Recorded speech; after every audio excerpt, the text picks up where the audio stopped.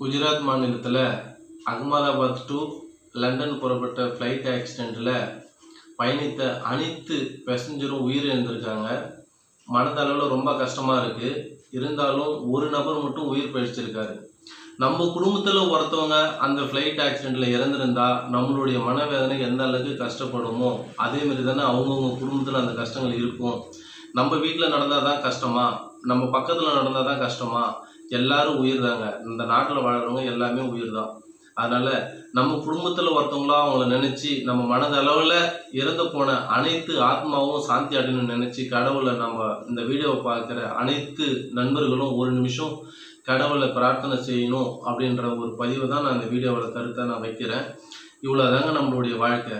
நாளைக்கு நம்ம இருப்போமா, அடுத்த நிமிஷம் நம்ம இருப்போமான்னு நமக்கு தெரியாது.